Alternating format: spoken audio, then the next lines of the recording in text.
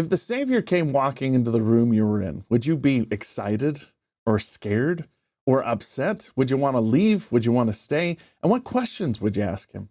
Well, that's the dilemma faced by the three witnesses of the Book of Mormon in sections 18 and 19 of the Doctrine and Covenants. All three of these men had stood in the presence of an angel and had heard the voice of God and had seen the plates and other artifacts and testified to the world that the record was true.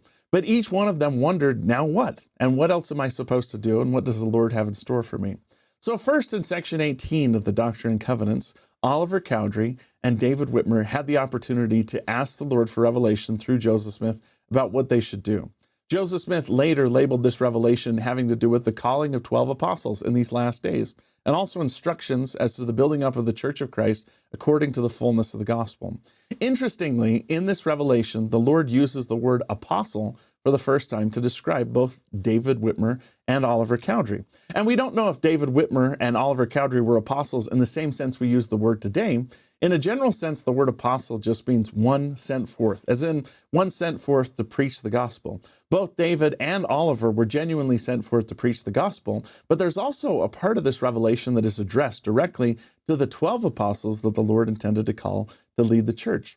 These apostles, which lead the church today as members of the Quorum of the 12 in the First Presidency, are the most important leaders we have. And David and Oliver were given the charge to seek out and find them. They were also given the description of what an apostle was and the knowledge an apostle needs to know to carry out his duties. The very first thing the Lord shared with them after he called them apostles was this simple truth, that the worth of souls is great in the sight of God. And while Oliver and David may have never been called into the Quorum of the 12, they did perform a very, very important duty, which was 6 years after this revelation was given. And they're given in this revelation a special calling, which is to search out and find the Quorum of the 12. According to the history of the church, President Joseph Smith Jr. said that the first business of the meeting was for the three witnesses of the Book of Mormon to pray, each one, and then proceed to choose 12 men from the church as apostles to go to all nations, kindreds, tongues, and people. The three witnesses, Oliver Cowdery, David Whitmer, and Martin Harris, united in prayer. The witnesses were then blessed by the laying on of the hands of the presidency. The witnesses then, according to the former commandment, proceeded to make the choice of the 12. And the men that they chose became amazing, wonderful leaders in the church. Brigham Young was among this group. Heber C. Kimball, Parley P. Pratt, Orson Pratt, David Patton, the first apostolic martyr in this dispensation, and others served in this Quorum of the 12 and were chosen by the three witnesses. Now, a later revelation given to Joseph Smith designated the apostles as special witnesses in the name of Christ in all the world. And in that sense, David and Oliver were also apostles. They became special witnesses of Christ that shared what they had seen directly from the angel and that they had heard the voice of God testifying to them and teaching them as to what they were and what they were supposed to do.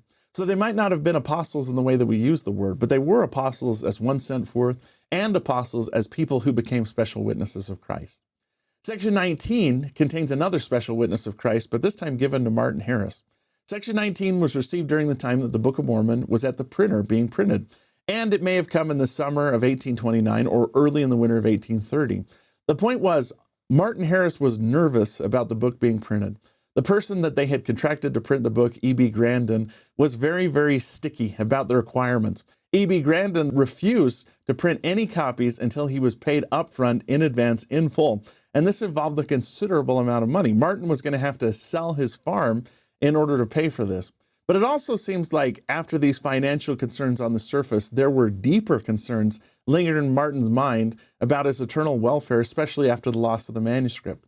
Because the first thing that the Lord addresses in Martin's revelation isn't money, it's hell. It seems like Martin was really, really nervous that because of the things that he'd done in the past and the role that he may have played in losing the original manuscript of the Book of Mormon, he was going to end up in endless torment. Now, endless torment doesn't sound like a lot of fun. That's a phrase that doesn't appear in the Bible, but it appears 7 times in the Book of Mormon, and just the words endless and torment are enough to send a chill down your spine. So Martin wanted to know exactly what endless torment meant, and the Savior was willing to provide him with an answer.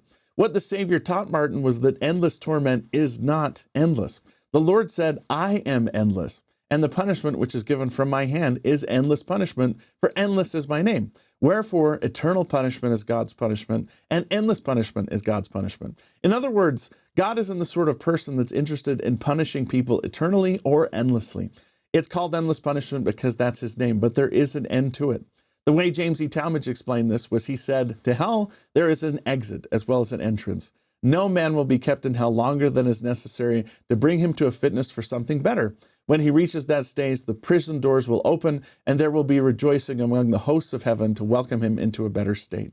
And once the Savior had cleared up that Martin wasn't going to go into endless torment regardless of what he did, the Savior then tried to convince Martin to repent by sharing a little bit about his history. A lot of us are familiar with this picture. It's in just about every chapel owned by the church. It shows Jesus Christ in Gethsemane, and it shows a man in a white robe kneeling down and sharing a dignified prayer. Now, this image is strictly conjecture because in the Bible, there is no firsthand account of what happens in Gethsemane. Other than Jesus Christ and an angel that appeared to him, there were no witnesses of what happened in Gethsemane. The three witnesses that Christ chose, Peter, James, and John, all came into Gethsemane and then fell asleep and didn't actually witness the Savior suffering in the garden. In fact, the only firsthand account of the Savior suffering in the Garden of Gethsemane that we have isn't found in the Bible. It's found in the Doctrine and Covenants. And it was shared by the Savior to help convince Martin Harris of the need for him to repent. The Savior earnestly pleaded with him, saying, "For behold, I, God, have suffered these things for all, that they might not suffer if they would repent. But if they would not repent, they must suffer even as I, which suffering caused myself, even God, the greatest of all, to tremble because of pain, and to bleed at every pore, and to suffer both body and spirit, and would that I might not drink the bitter cup and shrink. Nevertheless, glory be to the Father, and I partook and finished my preparations unto the children of men." Now, Martin was convinced to repent, and he did mortgage his farm, and we owe Martin a huge debt for financing the printing of the Book of Mormon. 5,000 copies were printed, and Martin became one of the most successful and ardent missionaries of the Book of Mormon. He not only shared the Book of Mormon with people, he believed deeply in what the Book of Mormon taught.